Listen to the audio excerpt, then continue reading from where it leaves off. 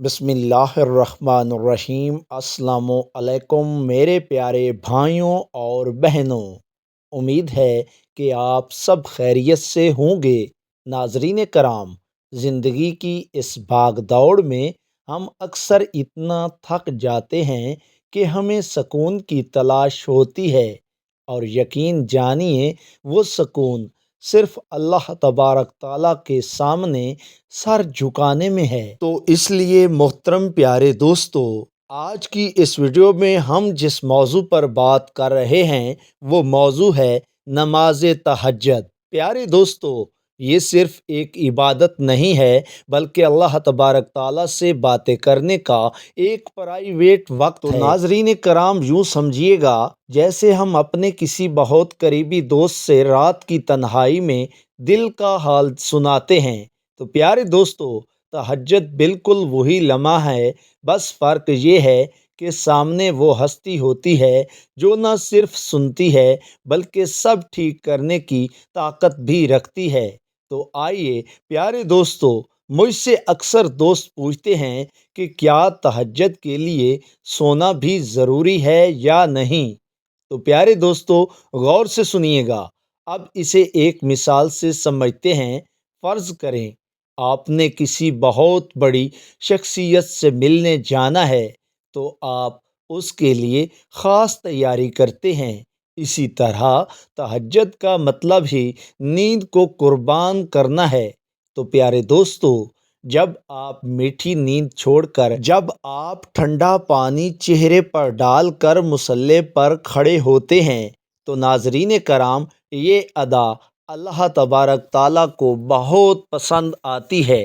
اگرچہ نیند سے بیدار ہونا افضل ہے، لیکن اگر آپ کسی مجبوری جیسے ڈیوٹی یا بیماری کی وجہ سے سو نہیں سکے تو بھی اللہ تبارک تعالیٰ کی رحمت بہت بڑی ہے۔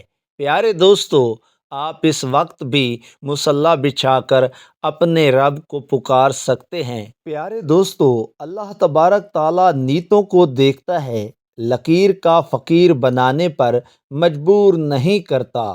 اب بات کرتے ہیں نیت کی، جو کہ بہت سادہ ہے۔ آپ کے دل کا یہ ارادہ کہ یا اللہ، میں تو صرف اس خاموشی میں تیرے لیے اٹھا ہوں، کافی ہے۔ زبان سے الفاظ تو صرف ایک ذریعہ ہیں، اصل تڑپ تو دل میں ہوتی ہے۔ پھر ایک سوال بار بار آتا ہے کہ سورہ اخلاص کتنی بار پڑھنی چاہیے؟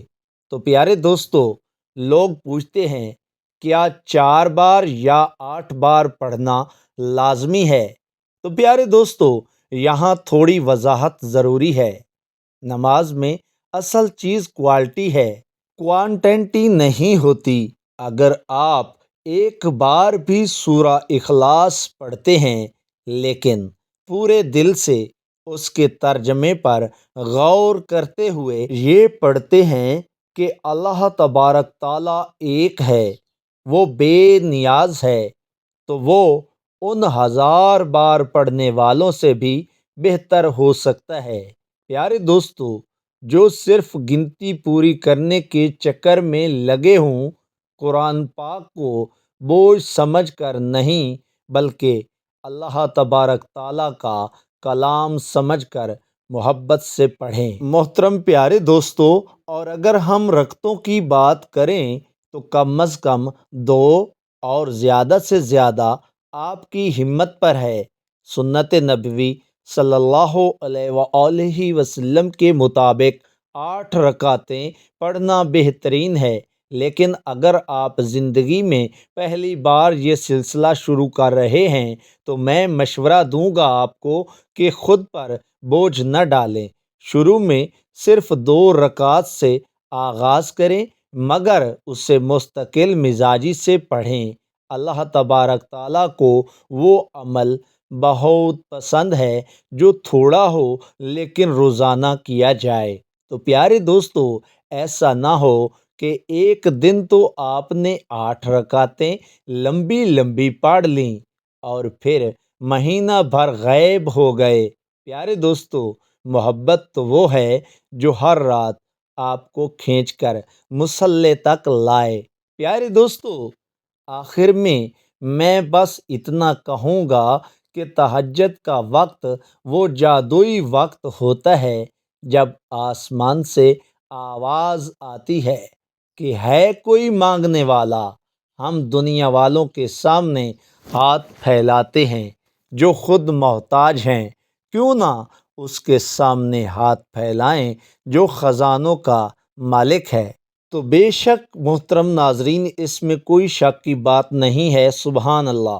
پیارے دوستو، اگر آپ کی کوئی دعا قبول نہیں ہو رہی، کوئی پریشانی جان نہیں چھوڑ رہی، تو ایک بار تہجد میں رو کر تو دیکھیں۔ تو پیارے دوستو، وہ رب کبھی خالی ہاتھ نہیں لوٹاتا۔